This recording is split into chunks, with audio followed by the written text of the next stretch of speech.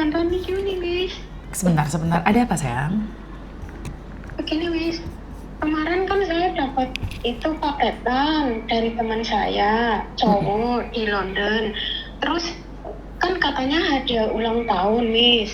Terus ya kalau ada ulang tahun ya nggak apa-apa lewat speed post, saya bilang gitu, Miss. Terus dia paketnya itu pakai vendek atau apa kayak gitu, Miss. Katanya dia lebih percaya itu. Terus habis itu aku disuruh bayar bea cukai, Miss. Sudah aku bayar 5.000. Terus udah gitu katanya kan mau diantar paketannya, tapi enggak, Miss. Itu saya dikenalin lagi, suruh transfer lagi 15.000, Miss. Udah gitu aku udah nggak mau transfer lagi. Terus kata dia, aku itu sungguh-sungguh aku mau membahagiain kamu kayak gitu, Miss. Itu cuma sekali doang kayak gitu. Akhirnya aku pinjam uang, Miss, di bank.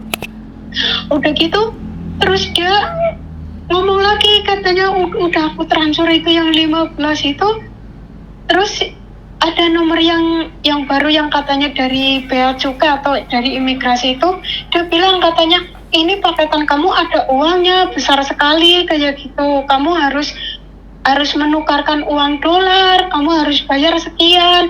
Terus nyuruh aku lagi transfer lagi 8.000, Miss. Aku udah bingung banget, aku udah cari pinjaman ke sana kemari kayak gitu, Miss. Terus katanya itu yang terakhir lagi. Tapi sampai sekarang itu paketannya belum sampai ke aku, tapi masih minta uang lagi gitu loh, Miss. Terus sampai aku udah ngomong sama yang ngirimin itu, katanya ya udah kamu itu gadein paspor kamu kayak gitu. Aku nggak mau, paspor aku itu nyawa aku bilang gitu, Miss. Aku nggak mau. Terus kata dia, itu kan nanti kalau udah di paketannya udah sampai kamu kan bisa ditebus lagi kayak gitu, Miss. Akhirnya aku jalan satu-satunya aku pakai paspor aku buat pinjam uang, Miss. Katanya itu yang terakhir. Tapi kemarin minta lagi, Miss. Udah minta lagi, udah aku yang gadein paspor itu dia minta 4.000. Udah katanya yang terakhir. Udah gitu udah transfer 4.000. Dia minta lagi 3.000, Miss. Akhirnya aku nguras tabungan aku di BRI. Udah gitu katanya paketan udah mau diantar. Yang dari bea cukai atau imigrasi itu bilangnya minta lagi 5.000, Miss. Berarti itu gimana solusinya, Miss? Aku udah gak punya paspor. Oke, totalnya kamu ngeluarin uang berapa, sayang? Kalau nggak salah itu sekitar 35.000, Miss. Dalam 1 minggu kemarin aku cari, Miss, mau minta solusinya gimana. Tapi telepon Miss itu susah banget, Miss. Itu jalannya gimana, Miss? Itu cowokmu ya yang ngirim barang itu? Iya, Miss. Ya kalau dibilang cowok, aku belum 100% karena aku kenal dia belum lama, Miss. Berapa lama kamu kenal dia, sayang? Sekitar 1 bulan, Miss. Makanya aku nggak percaya dia kirim begitu banyak. Aku nggak percaya, Miss. Sama sekali aku nggak percaya. Tapi dia selalu maksa, katanya buat bener-bener, buat sungguh-sungguh kayak gitu, Miss. Katanya itu cuma transfer cuma sekali kayak gitu, Miss. Oke. Aku bingung, Miss, mau kemana lagi. Oke, pertanyaan saya nih. Dia minta lagi berapa, sayang? Dia minta lagi tuh 5.000. Oke, seandainya saat ini Miss Yuni ada uang 5.000 nih buat kamu, apakah kamu mau kirimkan buat dia? Sekarang yang ada di pikiran saya nggak mau transfer lagi ke dia, Miss. Tapi yang saya pikirin, bagaimana saya mengambil paspor saya dan bagaimana saya bisa bekerja lagi di Hong Kong untuk melunasi hutang saya ke bank, Miss. Aku bingung sekali itu, Miss. Oke. Sebenarnya kamu sadar nggak sih kalau ditipu atau kamu masih nggak sadar, sayang? Aku bingung, Miss. Kalau aku dibilang aku sadar aku udah merasa kayak ditipu, Miss. Tapi kalau aku merasa ditipu, itu si cowok itu katanya benar-benar, katanya mau bulan 10 mau datang ke sini kayak gitu. Sebelumnya dia mau paket itu, saya udah ngomong, Miss, aku nggak mau kalau paket kok nantinya ngeluarin uang kayak gitu. Yang pikir aku, dia kan nanya nomor sepatu aku, ya itu kan. Jadi yang aku pikir itu cuma ya paling cuma sepatu atau makeup atau apa kayak gitu, Miss. Nggak tahu yang dia bilang katanya perhiasan lah, uang lah. Itu sama sekali dari awal aku nggak tahu, Miss. Tapi jadi karena biaya suruh transfer itu, kata dia itu di paketnya itu perhiasan sama uang kayak gitu loh, Miss. Itu yang saya nggak ngerti. Nggak pernah lihat kontennya Miss Yuni yang banyak bule kirim barang ke Mbak TKW? Saya pernah lihat, tapi karena saya kadang-kadang neneknya itu kalau ngeliat HP terus dia marah, jadi saya kadang ada lihat, kadang nggak. Kalau saya lagi ada waktu, saya ngeliat konten Miss Yuni, saya juga mengikuti Miss Yuni. Itu mungkin penipuan kayak gitu, Miss. Makanya aku dari awal aku ragunya di situ. Kalau dari awalnya aku ada sedikit percaya sama si cowok itu, ada sedikit, Miss. Cuma sewaktu paketan itu datang ke Hong Kong, kenapa yang ngasih tahu dari imigrasi Hong Kong atau dari bea cukai Hong Kong kok nomor Indo, nama Indo, orang Indo kayak gitu, Miss. Itu yang saya nggak percayanya di situ. Tapi kenapa kamu masih tetap kirim uang, sayang? Karena si cowok itu maksa aku, katanya yang terakhir kayak cuma sekali kayak gitu, Miss. Oke. Artinya adalah kamu pernah lihat video-video saya? Sudah, Miss. Oke, sebenarnya kan dari situ itu kejadiannya sama, sayang. Miss Yuni selalu mengingatkan buat kalian semua, penipuan itu sama, caranya, modusnya sama. Kalau kamu sudah merasuk apa yang dikatakan Miss Yuni ke kamu, dikit aja cowok ngomong, kamu akan curiga. Jangankan itu, teman-teman yang notabene pengikutnya Yorpe, mereka itu baperan banget. Sedikit aja ada orang nama Yorpe, mereka langsung menghubungi Yorpe karena ingin memastikan ini benar Yorpe nggak sih. Nah, dan mereka tidak akan transaksi sebelum kita mengatakan iya atau tidak, sayang. Karena di kamu pribadi itu ada sedikit percaya sama Miss Yuni, tapi enggak sih, dia benar-benar mencintaiku, dia sekarang kirim barang, kirim ini, kirim itu. Ini yang terakhir loh, ini yang terakhir ya. Tapi jika kamu udah di jantungmu, dadamu udah mengatakan, Miss Yuni selalu bilang nih, kapan giliran kamu dapat rezeki, dapat cowok kirim barang, ada uangnya lagi. Secara logika kan nggak masuk nih, sayang. Nggak masuk, Miss. Karena saya kenal kan baru 1 bulan gitu loh, Miss. Aku nggak percaya. Kenapa kok kamu kok mengirimkan? Kan Miss Yuni selalu bilang, mereka itu akan memberikan ilmu-ilmu seolah-olah kita hipnotis. Nggak ada yang hipnotis kamu, sayang. Tetapi saat kamu mendengarkan suaranya, dia sedikit memaksa. Kamu khawatir, oh iya banyak uangnya nih. Oh, ini orang kaya nih. Jadi pikiran kita enggak, Miss. Aku nggak kepikiran yang sampai ke situ, enggak, Miss. Tapi kenapa kamu kirim uang? Kalau kamu tidak kepikiran tentang barang itu, harusnya kamu blok, sayang. Nggak usah kirim. Itu yang kirim itu, jadi yang minta uang itu yang kata dia. Iya, Nak. Kan bea cukai, atas nama bea cukai. Sebentar, saya pahami dulu. Kamu kenalan sama cowok kirim barang. Cowok tidak meminta uang, tetapi cowok itu menyuruh orang lain mengatasnamakan bea cukai untuk ngambil uang. Satu, jika di batinmu, di hatimu mengatakan bahwa ini adalah penipuan nih, nggak mungkin dong cowok kirim barang kok bea cukai minta uangnya ke saya. Secara logika kan bea cukai itu tidak akan minta uang, apalagi di Hong Kong. Itu nggak ada. Artinya adalah kamu itu takut kehilangan barang yang dikirimkan oleh cowokmu. Ngerti nggak, sayang? Bener nggak? Iya, Miss. Kamu itu ingin memiliki yang bukan milikmu. Kalau di hati aku, Miss, itu sama sekali itu ibaratnya itu hilang pun. Aku kemarin pun sudah marah sama dia, Miss. itu barang kamu. Dok, Itu sebentar, kamu yang sebentar. pakai. Kata-kata Iya, marah iya. itu nggak berlaku buat penipu. Penipu itu ngomong sama saya, sampai kamu dijemput ajal, dia nggak peduli, yang penting kamu kirim uang. Saya pernah ngobrol sendiri dengan scammer-scammer yang ada di Kamboja. Bahkan di hari terakhirnya dia, sebelum mengakhiri hidup, dia telepon scammernya. Kamu nggak kasihan sama aku? Karena mereka nggak peduli perasaanmu. Ngerti nggak sayang? Mereka ngerti, mengizinkan cinta dan tamak yang masuk sayang. Jika dari awal kamu ngeblok, selesai urusannya. Nah sekarang kamu nggak bisa melakukan apapun kecuali kerja dengan tekun untuk mengais masa depanmu. Inilah yang Miss Yuni khawatirkan tentang kalian. Indonesia sekarang ini lagi butuh uang, nak. Dan uang itu kamu kirimkan ke Kamboja, ke penipu. Mereka memakai rekening-rekening Indonesia, tetapi mereka ada di Kamboja, sayang. Inilah yang saya khawatirkan 10 tahun ke depan, mental kita, ekonomi kita akan jatuh. Ya ini, kamu harus berjuang mati-matian selama 2 tahun, 3 tahun untuk bayar utangmu. Bener gak sih? Bener, Miss.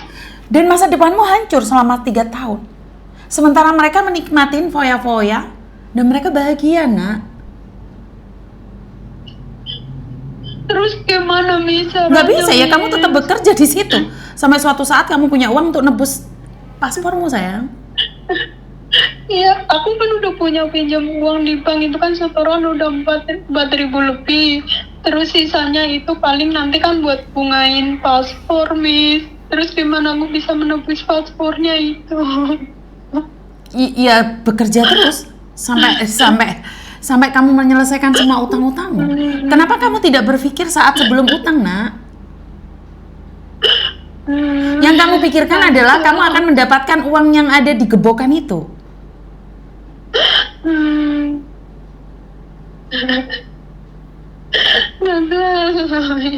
Untuk menebus paspor. Ya kamu kerja, sayang. Kerja dulu.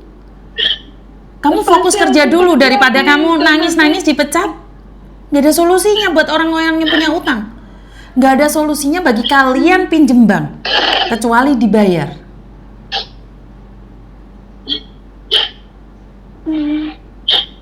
Ngerti nggak, sayang? Aku ngerti, Miss. Ya, aku minta bantuan Miss untuk menebus paspor. Nanti aku kembaliin lagi, Miss. Tolongin itu aja, Miss. Nebus paspor pakai uang nggak? Pakai, Miss. Artinya adalah kamu mau pinjam uang ke saya. Mau minta tolong ke Miss, nanti aku kembaliin lagi. Sebentar. Untuk paspor mungkin nanti aku bisa agak tenang gitu loh, Miss. Aku bingung cuma satu paspornya. Sedangkan gaji aku 1 tahun ini pasti udah buat bayar bank sama buat bunganya paspor itu, Miss. Perhiasan aku juga aku gedein semua. Lah iya, kamu mau pinjam uang ke saya. Hah? Terus gimana Miss solusinya untuk menebus paspor itu? Telepon keluargamu, minta uang sama keluargamu untuk nebus paspormu, bukan ke Miss Yuni untuk solusi paspor, nak. Keluargaku aja lagi minta uang buat bulanan. Kamu tahu kan kalau pinjam uang ke Miss Yuni nggak akan dapat. Iya, aku ngerti, Miss. Aku udah ngikutin Miss Yuni, aku ngerti. Miss bisa bantu, tapi nggak bisa minjemin. Aku tahu, Miss. Tapi aku bingung solusinya nanti nembusnya itu gimana. Ya sekarang kamu fokus kerja dulu, nggak usah mikirin paspormu dulu. Anggap udah nggak ada dulu. Yang saya khawatirkan sekarang bukan paspormu, tapi kamu dipecat dari majikan, nggak bisa bayar, dan kamu dikejar-kejar rentenir. Akhirnya kaburan, setelah itu kamu jatuh sakit, masuk rumah sakit. Itu yang saya pikirkan. Saya nggak mikirin tentang apapun. Saya cuma mikirin bagaimana kamu bisa bertahan di rumah majikan dengan segala masalahmu. Karena pertanyaan saya adalah, iya kalau masalahnya selesai. Iya kalau kamu nggak dipecat. Bagaimana kalau saat dipecat? Ya itu, Miss, aku bingungnya itu. Kalau majikan aku tahu pasti aku dipecat, sedangkan aku masih punya utang, paspor nggak kepegang, kayak gitu, Miss. Solusi satu-satunya adalah hubungi keluargamu. untuk menebus paspormu agar kamu bisa tenang. Tapi kalau keluargamu aja nggak ada, kemana solusinya? Karena ini yang saya khawatirkan. Kenapa sih saya memberikan edukasi pada kalian? Jangan pernah percaya pada siapapun di media sosial. Jangan pernah percaya dengan telepon siapapun di media sosial. Karena dampaknya 10 tahun, kalian nggak memiliki apapun walaupun kamu kerja lama di luar negeri. Ya ini yang saya khawatirkan ini. Yang saya sedihkan dari masyarakat Indonesia ini. Percaya dengan orang yang berbicara manis. Tapi tidak sesuai fakta dan logika. Sekarang fokuslah bekerja. Jika suatu saat apapun yang terjadi kamu dipecat, cari Miss Yuni. Tetapi saya minta maaf, saya tidak akan meminjamkan uang 1 sen pun pada siapapun. Karena saya masih, betul, saya masih ada tugas untuk mulangin jenazahnya Azwar. Saya masih punya tugas yang harus memulangkan jenazahnya Maksik. Jadi, kalau kamu minjem uang, saya nggak akan ngasih. Karena itulah saya selalu bilang hati-hati. Di media sosial hati-hati. Dengarkan suara saya. Setiap kali laki-laki, perempuan telepon kalian yang notabene tidak ada hubungan dengan kalian, jangan dikasih. Uang sama suami aja saya suruh hati-hati, sama anak ibu aja saya suruh hati-hati. Apalagi laki-laki di luar sana. Masa depanmu hancur. Berapa lama kamu kerja di luar negeri hanya untuk bayar utang? Dan uang itu tidak pernah kamu nikmatin. Saya merasa aneh dengan perempuan yang mudah sekali dirayu. Di titik lemahnya dia menyerahkan segalanya. Laki-laki itu akan tetap menelpon kamu dan nyari kamu. Ganti HP, ganti SIM card, atau di-reset semuanya. Kalau tidak, dia akan tetap menghantuimu. Dan data-datamu itu akan terus dicari oleh sindikat tersebut. Karena mereka memiliki target untuk menghabisi uangmu lagi dan lagi. Paham? Solusinya saat ini adalah matikan HP. Matikan nomor HP. Ya. Jangan SMS-an, jangan WhatsApp-an, jangan Messenger-an, jangan TikTok-an. Cukup lihat Ya, YouTube Miss. aja. YouTube saja. Fokus pada YouTube saja. Yang lainnya stop. Jangan main media sosial. Kehancuranmu ada di tangannya Facebook, TikTok, atau apapun. Jika kamu memiliki jiwa yang lemah, pingin dirayu. Ngerti sayang? Ya, ngerti, Miss. Sekarang solusinya satu, kerja keras, kembalikan uang-uang tersebut. Tapi jika di perjalanan kamu mengalami sesuatu, cari saya lagi. Datang ke kantor saya. Ya, Miss. Ya, Miss. Ngerti? Ya, ngerti, Miss. Jangan diulangi lagi ya, karena 1 tahun, 2 tahun ini kamu tidak memiliki apapun. Saya nggak akan ngulangin lagi, Miss. Saya berjanji, Miss. Kamu gak akan bisa ngulangin lagi, nak, karena kamu 1 tahun ini, 2 tahun ini, 3 tahun ini, kamu itu babak belur bayar utang, sayang. Ya, Miss. Gak bisa kamu mengulangi lagi. Tapi percayalah, mereka akan tetap cari jalan untuk menghancurkanmu lagi, sekali lagi. Ngerti? Ngerti, Miss. Matiin HP-nya ya sayang ya, ganti nomor, ganti email, semua di reset HP-nya. Ya, Miss. Hati-hati lagi ya. Terima kasih. Yuk, terima kasih. Terima kasih. Yuk. Saya selalu ingatkan bahwa konten saya hanya memperingatkan kalian semua. Kalau kita berbicara tentang pemerintah nggak akan peduli ini, karena tujuan pemerintah adalah agar kalian semuanya ke luar negeri. Sedih kan sayangnya? Jadi target negara kita adalah mengirimkan kalian ke luar negeri. Ada nggak sih edukasi seperti ini yang dijelaskan oleh pemerintah? Tetapi kita nggak bisa menggurui pemerintah, teman-teman, karena pemerintah kita itu udah luar biasa bagusnya. Pemerintah kita itu sudah luar biasa solidnya. Jadi nggak akan ada edukasi untuk kalian menghindari seperti ini. Jadi saya secara pribadi lihat konten saya, dengarkan konten saya, pahami konten saya agar kalian tidak terjebak. Karena saya melihat sendiri nih teman-teman yang sudah diinbokin oleh papa gedang, oleh polisi-polisi itu langsung diblok. Karena mereka sudah memblokir dirinya dengan kehidupan di media sosial. Karena kita nggak bisa menghentikan penipuan. Yang bisa menghentikan penipuan adalah nuranimu sendiri. Ngasih tahu pada dirimu sendiri, tahu diri, tahu batasan. Sangat-sangat berguna sekali ilmu tahu diri dan tahu batasan. Gak akan ada yang peduli hidupmu, gak akan ada yang peduli lukamu, gak akan ada yang peduli air matamu. Tahu diri dan tahu batasan itu sangat penting sekali. Jika kalian tidak tahu diri, artinya adalah bukan kita ingin merendahkan diri sendiri, bukan ingin mengatakan bahwa kita bukan siapa-siapa. Tapi pada faktanya kita bukan siapa-siapa. Tiba-tiba ada laki-laki bule datang dan mencintaimu. Gak ada. Tiba-tiba ada polisi jatuh cinta sama kamu. Gak ada. Taruh di otak kalian, di bawah sadar kalian. Di otak kalian, di bawah naluri kalian. Gak ada. Bule tiba-tiba jatuh cinta lihat penampilanmu.